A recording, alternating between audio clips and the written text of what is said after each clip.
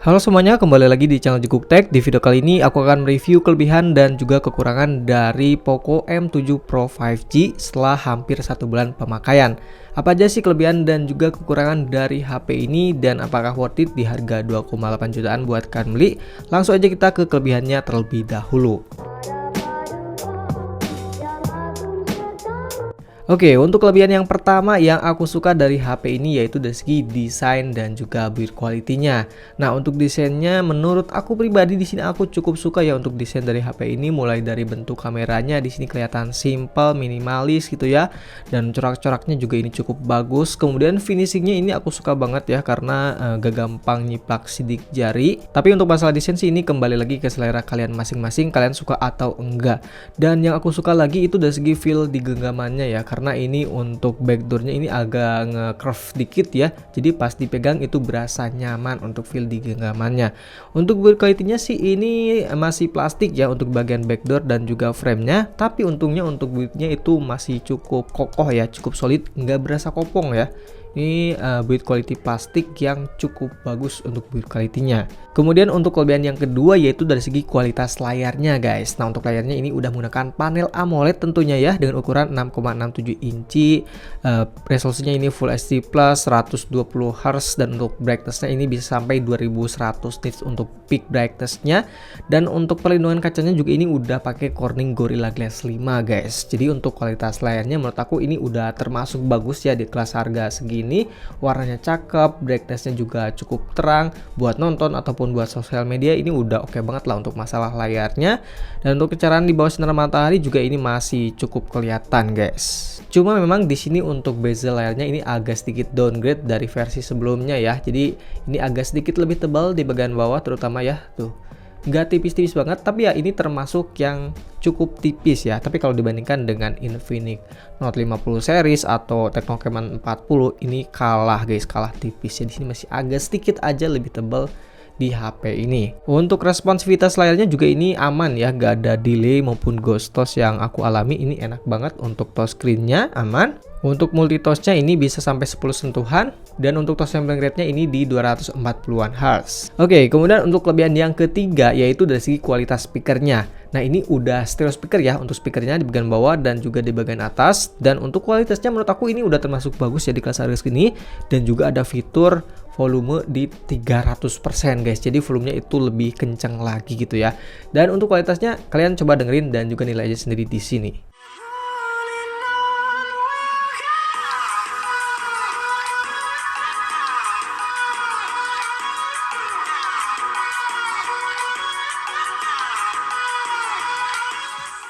Oke, kemudian untuk kelebihan yang keempat yaitu dari segi kualitas kameranya guys. Nah, untuk kamera belakangnya ini beresolusi 50 megapiksel dengan OIS. Satu lagi ini kamera depth sensor, jadi nggak ada kamera ultrawide ya, sayang banget.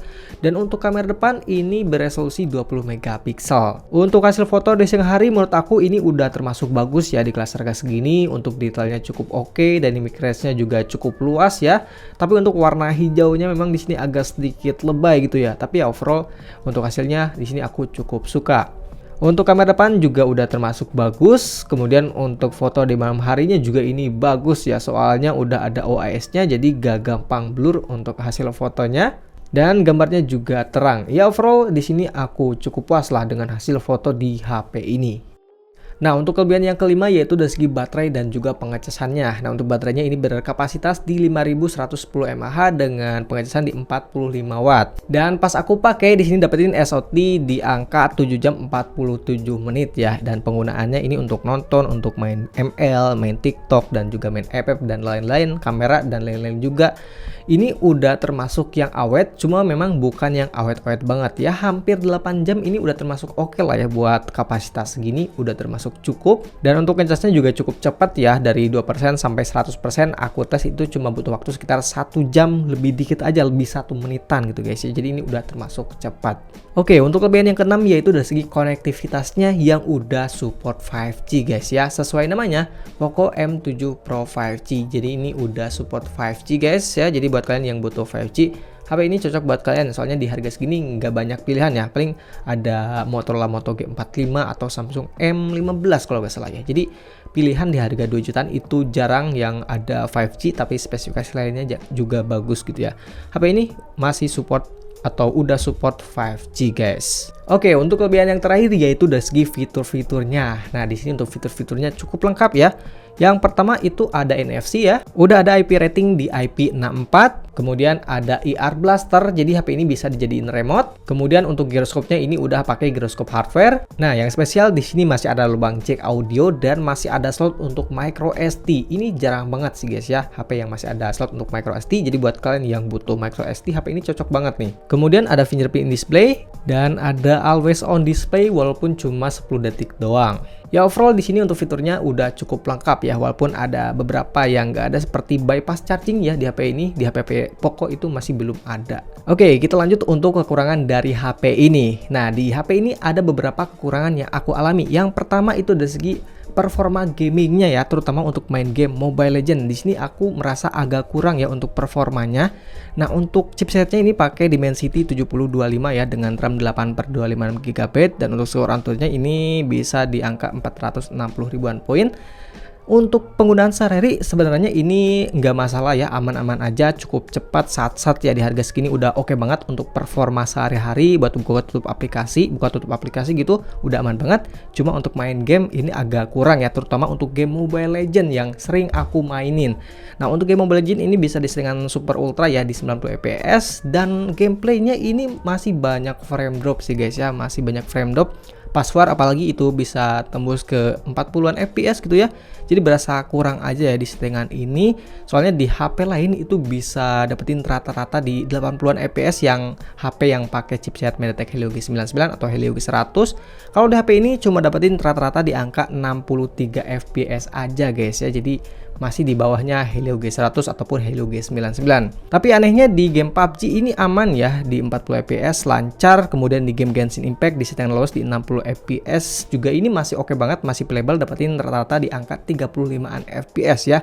Nggak jauh beda dengan si Helio G100 dan Helio G99. Tapi anehnya di game ML ini lebih buruk daripada Helio G100 ataupun Helio G99. Untuk suhunya sih aman ya, di ML 42,7 derajat Celcius dan di Genshin Impact di 43an derajat Celcius. Nah, untuk kekurangan yang kedua yaitu HP ini nggak ada lensa ultrawide-nya guys ya. Jadi cuma ada 2 lensa doang dan itu pun cuma kamera utama dan kamera depth sensor. Jadi nggak ada ultrawide-nya. Di harga 2,8 sih ini kekurangan sih guys. Soalnya di Tecnocaman 40 itu ada, di HP ini nggak ada ya. Sebenarnya HP ini rebranding dari Redmi Note 14 5G yang ada kamera ultrawide-nya, tapi di HP ini nggak ada kan guys, dicopot gitu ya. Jadi ini berasa kurang aja sih cuy. Kemudian untuk kekurangan yang ketiga ini masih dari segi kameranya, yaitu dari segi videonya. Resolusinya ini cuma mentok di 1080 di 30 fps aja ya. Jadi nggak bisa di 2K maupun di 4K. Dan FPS-nya juga mentok di 30 fps, nggak bisa di setting-setting guys. Jadi ya buat kalian yang pengen recording di 60 fps atau di 2K lebih ya, HP ini nggak cocok ya, nggak ada, cuma mentok 1080 di 30 fps aja. Oke, ini dia untuk rekaman video dari Poco M7 Pro 5G di resolusi maksimalnya 1080 di 30 fps aja. Tapi untungnya ini bisa stabil ya untuk videonya, tapi ya sayangnya ini resolusi mentoknya cuma 1080 di 30 fps aja. Jadi ya begini untuk hasilnya. Ya untuk harga segini sih standar aja sih ya untuk hasilnya. Cukup stabil. Kita coba galeri seperti ini cuy. Oke. Menurut kalian gimana nih? Dan ini untuk perekaman video kamera depan dari Poco M7 Pro 5G ya di resolusi maksimalnya 1080 di 30 fps. Ya ini juga cukup stabil ya untuk kamera depannya. Cukup bagus. Gambar yang dihasilkan juga cukup bagus guys. Warnanya juga masih cukup oke. Dan ya detailnya masih cukup oke nih. Dynamic range-nya seperti ini. Wih, bagus sih untuk perekaman video kamera depannya. Oke, untuk kekurangan yang keempat yaitu dari segi haptic feedbacknya yang masih kasar guys. Jadi ya ini buat ngetik-ngetik masih belum enak ya, masih haptic yang kasar. Ini bukan haptic yang bagus, nggak seperti di Infinix Note 50 Pro itu udah bagus untuk hapticnya, di HP ini masih kasar. Oke, untuk kekurangan yang terakhir yaitu dari segi softwarenya. Nah, untuk softwarenya ini udah di HyperOS versi 2.0.1.0 dan udah di Android 15. Tapi pas pertama unboxing itu masih ada di Android 14. Dan untuk jaminan update-nya ini cuma dapetin 2 kali update Android dan 3 tahun untuk security patch-nya. Jadi kalau mulainya dari Android 14, jadi tinggal 1 kali update Android lagi guys. Bisa mentoknya sampai Android 16 tahun depan cuy. Ya jadi ya ini termasuk yang pendek ya. Soalnya di Infinix itu udah 2 kali update Android tapi mulainya dari Android 15. Di HP ini masih di Android 14 tadinya guys. Harus diupdate ke Android 15. Untuk UI-nya sih sekarang udah lebih bagus daripada HyperOS versi 1 ya. Untuk animasinya gitu ini berasa lebih smooth, tapi tetap untuk bloatware-nya ini masih terasa banyak untuk bloatware-nya, dan iklannya juga ya masih ada lah dikit-dikit gitu guys. Untuk masalah UI sih di sini kembali lagi ke selera kalian masing-masing. Cuma memang untuk bloatware-nya yang aku cukup mengganggu, iklannya jarang-jarang sih sebenarnya. Dan untuk update-nya ini yang paling kurang sih. Cuma dapetin 2 kali update Android, itu pun udah diupdate ke Android 15, jadi tinggal sisa 1 kali update Android doang. Oke, mungkin itu aja untuk video kelebihan dan juga kekurangan di Poco M7 Pro 5G ini. Ya, untuk kesimpulannya gimana nih? Untuk harga 2,8 jutaan, menurut aku sih memang di harga segini masih banyak HP yang lebih menarik di harga segini ya. Tapi buat HP 5G ya ini nggak banyak pilihan sih guys ya. Soalnya cuma ada Poco M7 Pro, kemudian Motorola Moto G45 5G, Samsung M15 kalau nggak salah ya. Ya jadi ini kalau kalian nyari HP 5G dengan spesifikasi yang udah lumayan, HP ini masih worth it buat kalian beli ya. Tapi kalau kalian nggak masalah dengan jaringan 5G, masih banyak yang lebih bagus dari HP ini ya. Misalnya dari Infinix Note 50 series, atau enggak dari saudaranya si Redmi Note 14 yang harganya lebih murah. Menurut aku itu lebih menarik sih. Bahkan kakaknya si Poco M6 Pro menurut aku lebih worth it HP itu sih guys ya. Soalnya masih ada kamera lensa ultrawide di Poco M6 Pro. Kalau di HP ini udah nggak ada guys. Tapi tetap kalau kalian butuh HP 5G ya menurut aku HP ini worth it aja buat kalian beli. Tapi kalau enggak ya mending kalian cari HP yang masih 4G tapi spesifikasinya lebih bagus dari HP ini, seperti Tecno Camon 40, Redmi Note 14 4G biasa, atau Poco M6 Pro, atau nambah dikit ke Infinix Note 50 Pro. Ya menurut aku itu lebih worth it lah. Oke, mungkin segitu aja. Terima kasih telah menonton. Jumpa lagi di video berikutnya.